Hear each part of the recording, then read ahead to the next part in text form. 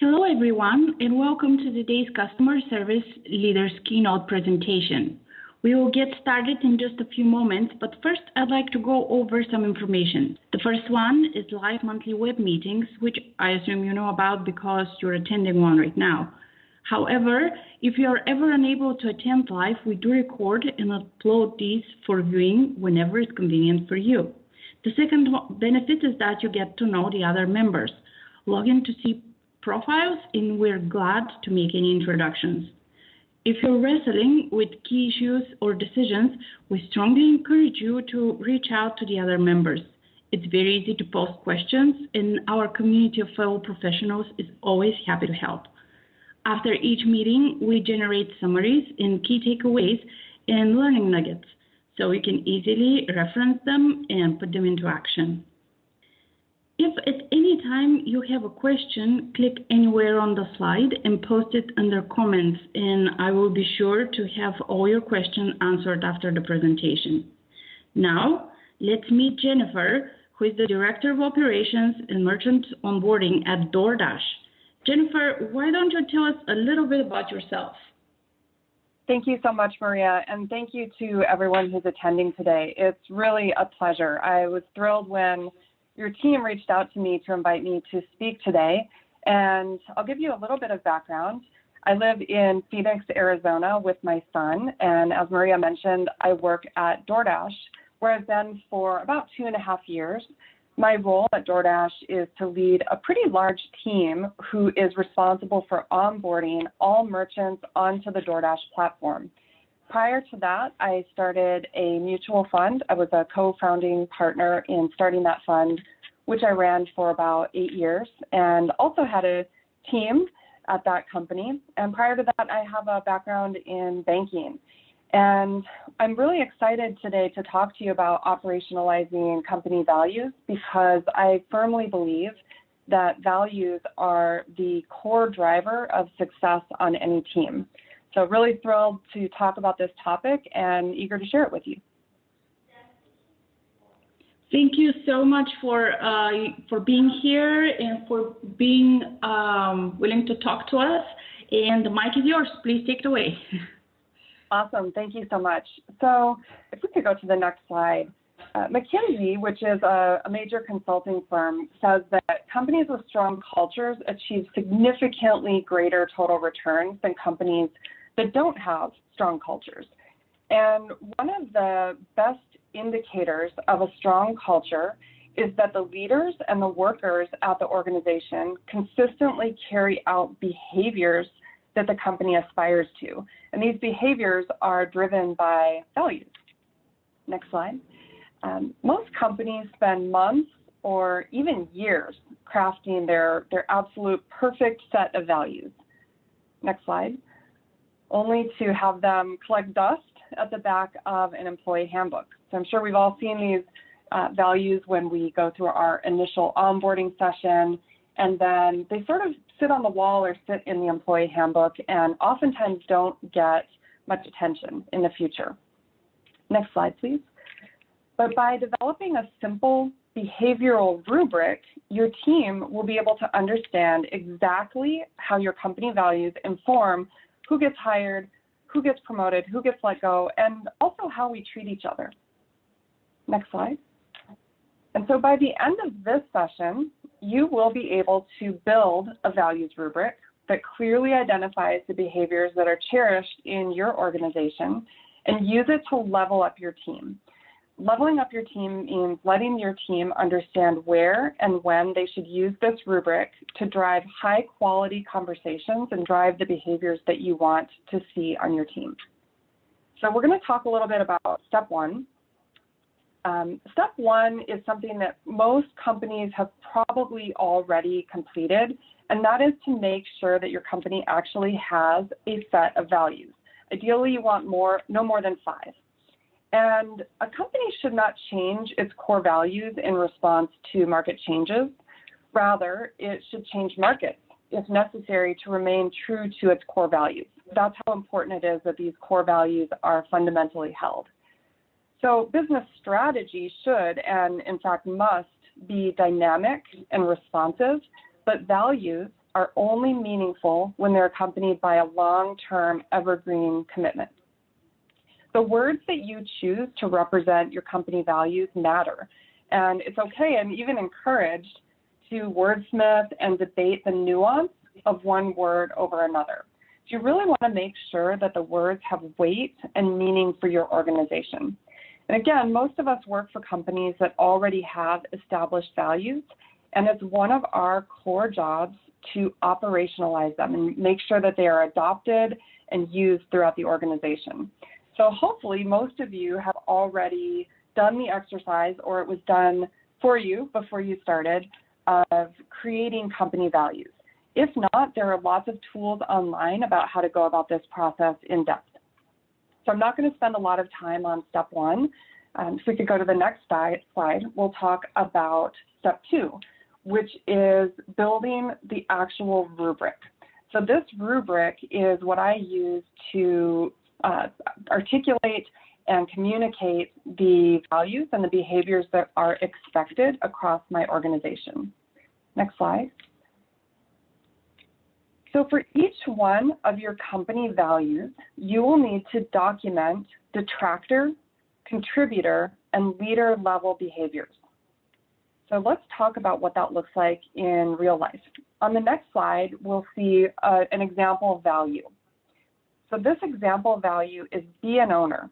And there's a little tagline there that is own the outcome no matter the circumstance.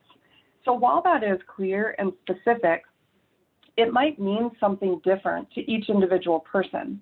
So we want to dive in and describe what the actual behavior of being an owner looks like at the detractor, contributor, and leader level. On the next slide, we'll see what detractor level behaviors for be an owner looks like at this example company. So you can read through some of the examples here, but fundamentally, detractor level behavior means that the individual does not meet the standards personally and/or detracts from others meeting the standards. Then you can see some examples for the sample company.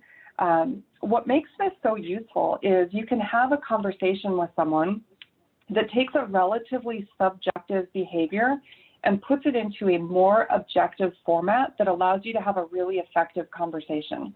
We'll talk about that a little bit more, but just to give you one example here, if you have someone who regularly is turning in work late or not meeting their quota or other expectations, you can have a conversation with them about them not meeting the be an owner value based on this first bullet point of avoiding commitments, failing to deliver, or lacking consistent follow-through. And you can identify that as a detractor level behavior.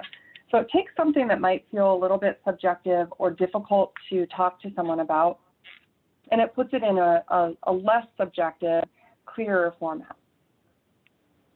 So let's move on to contributor level behaviors. These are the behaviors that are the minimum standard, the baseline that you would like to see from every person at the organization. Contributors meet expectations and they practice leadership by example. So in that same scenario, if you have someone who is consistently hitting their goals, they would be making and following through on commitments. And during a performance review, you could share that with them, that they've met the contributor level for that particular behavior. Lastly, on the leader slide, this is the type of behavior that you'll see demonstrated by people who are superstars on your team. They demonstrate commitment and mastery, and they encourage others to do the same. So in the same example, someone who's maybe hitting well above goal consistently, that person would be over-delivering on their commitments and would be displaying leader-level behaviors. So that's a quick overview, but on the next slide, I know it's a little hard to read because it's a bit small, but you'll see what the final rubric looks like for 3 values: be an owner, dream big, start small, and choose optimism and have a plan, plus the detractor, contributor, and leader level behaviors for each one. So by having this values rubric that is given to each employee when they start and is reinforced regularly through difficult conversations, performance conversations, or just regular one-on-ones with employees, they'll have access to the literal, detailed behaviors that will make them a detractor, contributor, or leader. On the next slide, we'll understand how to use this rubric. So I've talked about that a little bit throughout the presentation, but there are a few examples here of how I use this on a daily basis. And the first two are the probably 75 to 80% of the time that I use this is during one-on-ones to set and drive expectations. So if I have an employee who's maybe operating at detractor level, I can talk to them about getting all of their behaviors over to the right into the contributor or leader level categories. And if I have someone who's maybe just about to hit a promotion or they're eager to be promoted, I can talk to them about how a few of their behaviors that are sitting in the contributor area need to move over to the right, to the leader level category in order to attain that promotion. It also helps me during performance conversations, whether this is standard mid-year, end-of-year, end-of-cycle conversations, or if someone is simply not meeting a standard of either anything from attendance to goals to a way that perhaps they talk to somebody else. This helps me to explain behavioral gaps. And it allows me to, in a very literal way, point to the rubric and say, hey, when you did X, it demonstrated behavior at this level. And then you can also use it to do the same thing for leadership behavior. Next slide, please. Most important of all, use the rubric during formal performance reviews. On my team right now, we have 1/3 of the monthly performance score based on the manager's assessment of the team members' adherence to our values. We have a very simple form that takes about 5 minutes for the manager to fill out for each employee, where they can call out major detractor or leader level behaviors, and that ultimately creates a score for them that's 1/3 of their total assessment. So in this way, we make it really easy to talk about the values consistently and in a way that matters to the employee because it actually impacts their future in a very significant way. So I'll close the presentation and hopefully we'll open it up to some questions in a moment by talking about some next steps.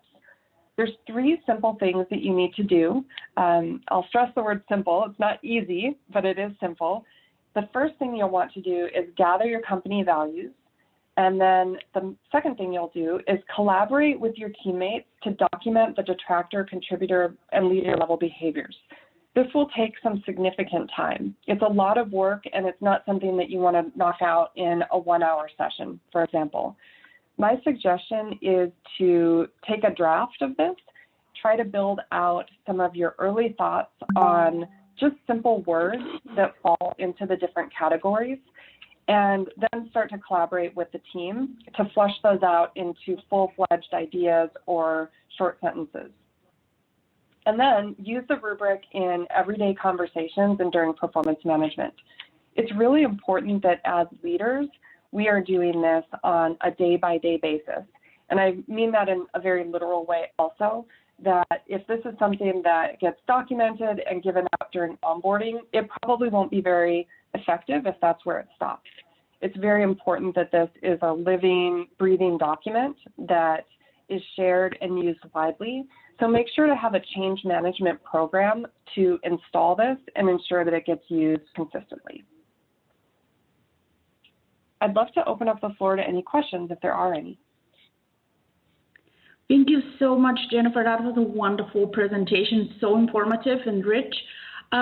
We have received a few questions during your presentation, so you might have touched upon them, but I'm going to ask them anyways in case there is something you would like to add or elaborate on. To our attendants, please, at any time that you feel that a question pops on your mind, please send it to us by just clicking on the screen and typing it up. Okay, well, the first question is,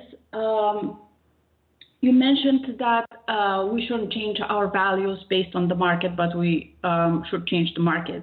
But we live in times when there's so many dramatic changes that inevitably we have to change along. So when is the time to revise our values? When is that time when there's nothing you can do but go back and change your values? How do you find that? Yeah, that's a great question. So from my perspective, the values, it's important that they stay evergreen because they're less to do about the work that you do and much, much more to do with how you work. So, for example, you absolutely should be changing the business strategy to stay with the times, but using one of the examples on the presentation of be an owner, that would be something that your company would want, hopefully, to hold evergreen. If your values change, it should be something that is very, very well thought through with a very clear why, but how we work and how we treat each other is fundamental to the company. So that's why I recommend not making major changes on the values at any time. Thank you so much. This was a wonderful answer. I hope our attendants have satisfied your curiosity. Another question that came out is, what are some ways you can be sure core values are operationalized? Yeah, so I think that some of the ways I touched on in the slide about how to use the rubric, but I think that there are some other things that you can do to very proactively make sure that they're operationalized. So in addition to tying them into the employee performance review, if you have team leads or supervisors who oversee your teams, I think that you can build it into their performance review as well through the lens of making sure that they are holding their teams accountable to these values as well. We also do 2 awards every month on my team. One is for the person who provided the most innovative idea, and then the second is for our leader behavior winner. So we have a manager level winner and an employee level winner. And those people each win a prize at the end of each month. They're nominated by their peer or their manager as someone who really lived a certain value. And we celebrate that in a very public forum and give them that prize to really make sure that people understand that this is something that we value. Then another way that we do it is we have something called Gratitude Fridays that we celebrate. We use Slack, which is a tool that you can use to communicate with your team in real time. It's kind of like texting, but it goes across whole cohorts of people, and you can do very easy group chats and that sort of thing. So my team has a group chat, and we do Gratitude Fridays where we will call out a person for a specific value that they demonstrated during the day or the week. And we're constantly giving each other kudos for people who display and behave in these certain ways. Those are a couple additional ways that we operationalize it on our team. That sounds like a great practices in Doordash. Certainly sounds like a great place to work. It is. I have another question. In what you mentioned about input that came from the audience. Who has input in the development of your leadership path, and is this a top-down document? That's a great question. So it depends on the size of your company. So in my previous company, we had about 50 people total. So it was very easy for us to get input from almost every employee as we built out this document. However, at Doordash, we have significantly more than 50 people. And we installed this for our team, and we sat down together with our senior leaders. My team is about 400 people, and there were about 10 of us who were instrumental in building the first draft. So we built out a draft, and we documented the language and built it to the best of our ability. And then we asked a volunteer group of our representatives to review it and help us refine the language so that it was more accessible to the people who were most broadly impacted by it.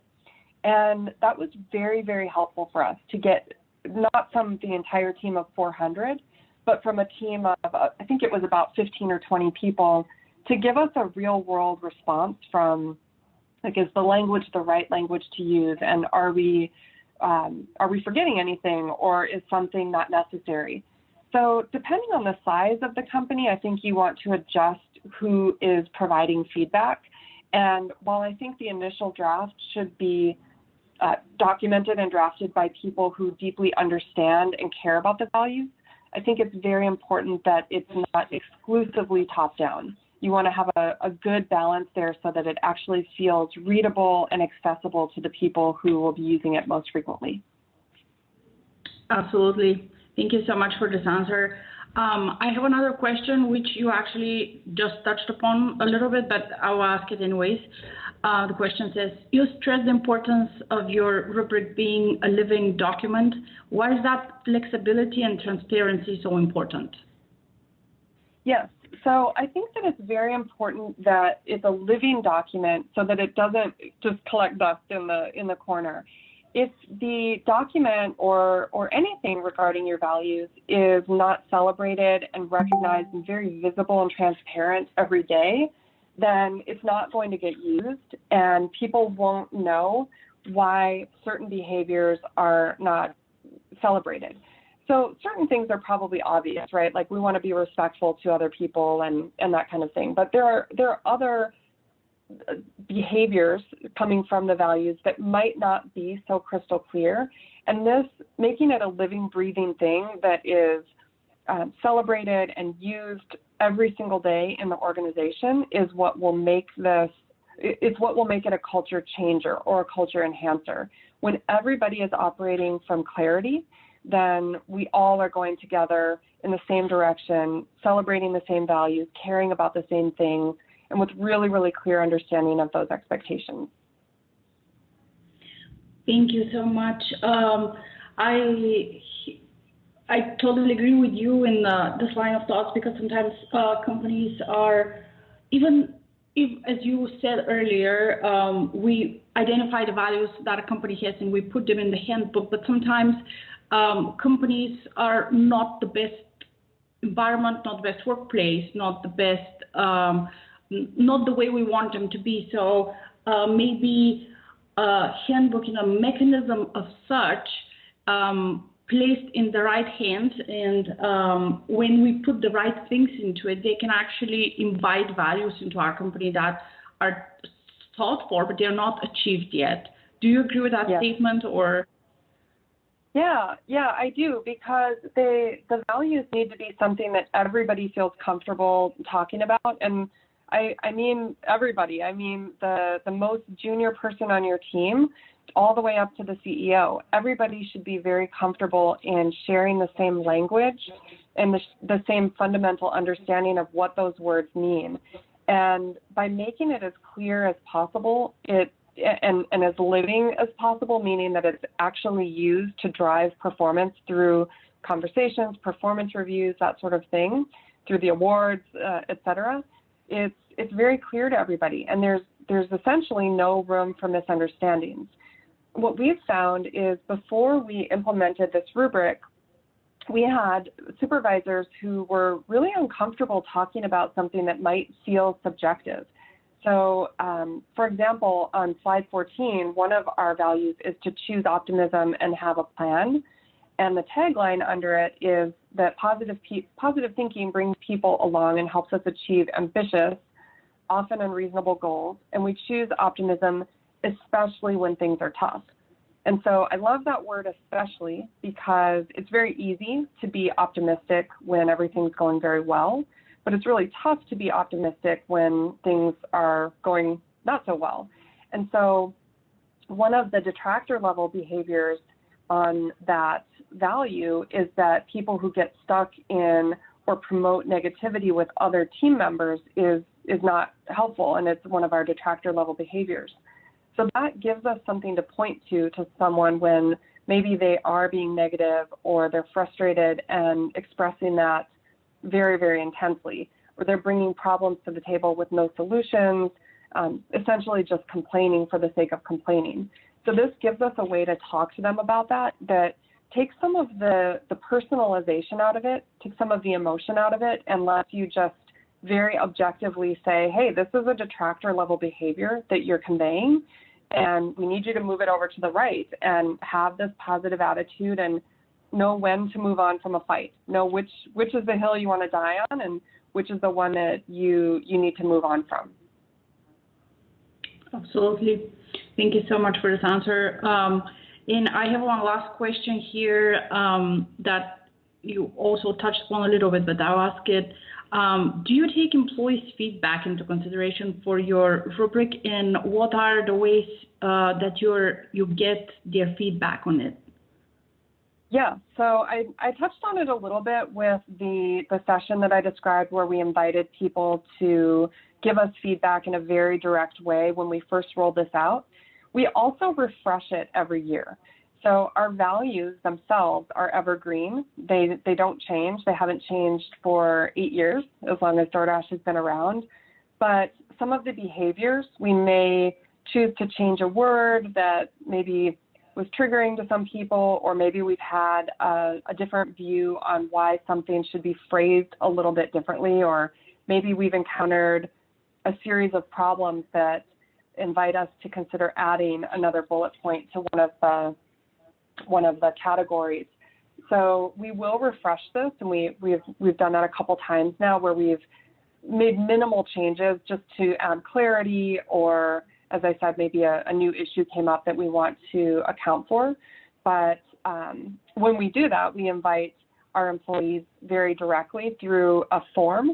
So every other month, I publish an employee pulse feedback form, where we just collect feedback from employees about what's going well, what resources do you need to do the best work of your life, anything you want to talk to me about as the leader of the team.